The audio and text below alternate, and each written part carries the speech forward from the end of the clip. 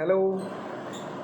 और जैसे मैंने पिछली वीडियो में बताया था कि मैंने लास्ट रिव्यू किया था लव डेथ एंड रोबोट्स का, जो एक वेब सीरीज थी। तो बिल्कुल मतलब वैसी ही नहीं, पर उसी टाइप की मैं आपको एक और सीरीज़ बता रहा हूँ। और ये मतलब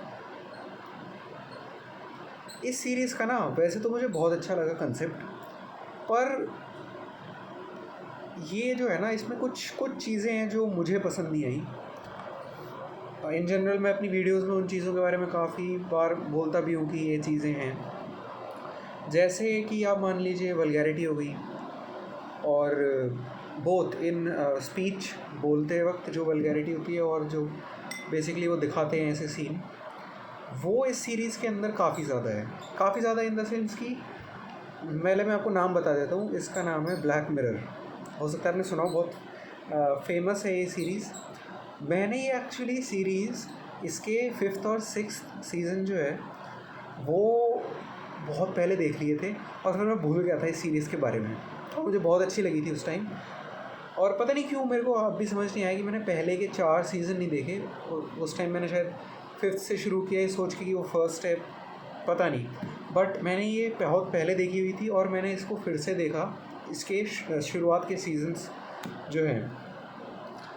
दूसरा एक चीज़ है, हाँ, जो इसकी लव डेथ एंड रोबोट से सिमिलैरिटी है वो इस उसमें है। जैसे उसके अंदर हर एपिसोड एक अपना ही एक बेसिकली स्टोरी होती है अलग, और किसी भी एपिसोड का किसी और एपिसोड से कोई रिलेशन नहीं होता। बिल्कुल उसी कंसेप्ट पे ये वेब सीरीज बनी है। इन जनरल बहुत ही ज़्यादा एक दो स्टोरीज़ को छोड़ के बाकी सारे एपिसोड्स एक दूसरे से कहीं से भी लिंक्ड नहीं है। तो ये सेपरेट स्टोरीज़ हैं हर एपिसोड में। टोटल इसमें सीज़न 7 हैं, और इसके बारे में कुछ जनरल मैं आपको बता देता हूँ। इसको ये एमी नॉमिनी है, उसकी तरह लव डेथ एंड रोबोट्स के जैसे। एमी नॉमिनी पिछली बार मुझे जब मैं बता रहा था मुझे लगा कि बेसिकली एमी विनर है, पर एमी नॉमिनी है, मतलब ये सेलेक्ट हो सकती है, पर ये विनर नहीं है। ऐसी लव डेथ एंड रोबोट भी विनर नहीं थी, नॉमिनी थी। तो उसकी वजह से थोड़ा बहुत एक वो होता है क्रेडिबिलिटी का कि मे बी वो सच में अच्छी है। ऐसा हर बार नहीं होता, पर लव डेथ एंड रोबोट और इन दोनों के साथ मैंने देखा है कि ये दोनों ही काफ़ी अच्छी थी, और ये दोनों ही मेरी नॉमिनी थी। दूसरा नेटफ्लिक्स पे है ये सीरीज़, और कहीं मेरे ख्याल से नहीं है।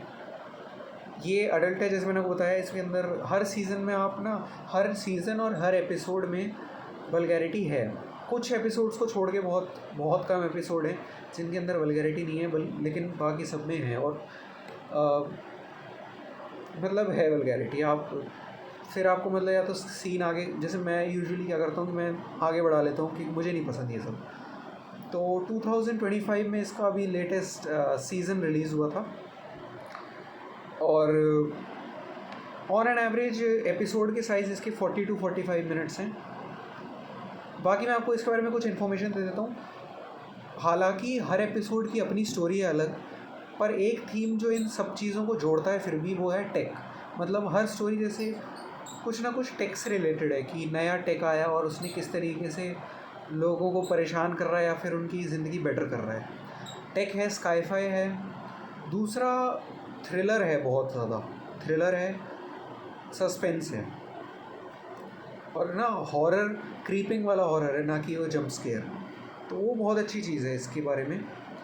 मतलब एआई टेक ऐसा नहीं है कि आपको स्काईफाई नहीं पसंद तो आपको अच्छी नहीं लगेगी, क्योंकि स्काईफाई एक तरीके से इसको बनाने का एक तरीका दिया है इन्होंने, स्काईफाई।